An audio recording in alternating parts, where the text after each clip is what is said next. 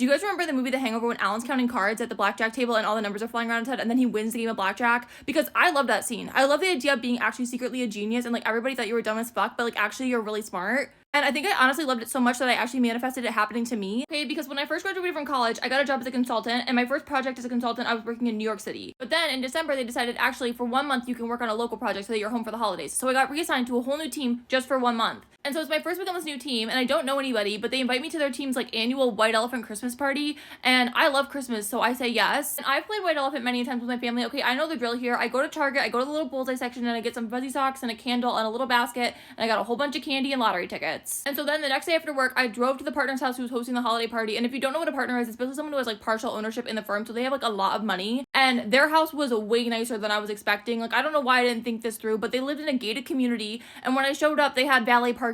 And so yeah, I went to the party with my little $15 gift, and I immediately put it in the back of the pile, okay, because this was embarrassing. And then being awkward as hell and not knowing anybody, I went and got food because the party was being catered by like a grocery store that's basically the baby between Erewhon and Whole Foods. But anyway, once everyone got there, they made an announcement about how White Elephant was going to work, and they mentioned that in 3 of the gifts, they hid cash rewards. And they said that the money was hidden in presents that have to do with, like, the history of the team or something like that. And I was like, what the fuck? Like, I haven't been part of this team for more than, like, 3 days, so, like, obviously I don't know anything. And, like, they obviously wanted this money to go to someone who had been on the team for a long time, but, like, what they neglected to realize is that they had hired someone who was raised watching Little Einsteins. Okay, I'm a genius. So the trading starts, and I'm watching. I'm studying everybody. I'm looking at what they're getting. I'm memorizing who has what. And just as I suspected, these gifts were, like, really nice. Like, they were way better than the gifts I would trade at my family Christmas party, so my gift totally sucked compared to these gifts. But anyway, I'm studying, alright? Like, I'm having my Alan moment. The numbers are flying around my head. And so when it came time for my turn, I knew exactly what gift I wanted. Okay, I saw 2 girls trade for the same board game, and I thought, why would anybody want that board game? And so I stole the board game, and I thought, at the very least, I'm gonna end up with a board game that I can re-gift to somebody else. And at the very most, I'm gonna end up with some money tonight. And I was a little bit worried that people were gonna try to steal the game from me, but, like, nobody did. And then at the end of the game, once everyone had a gift,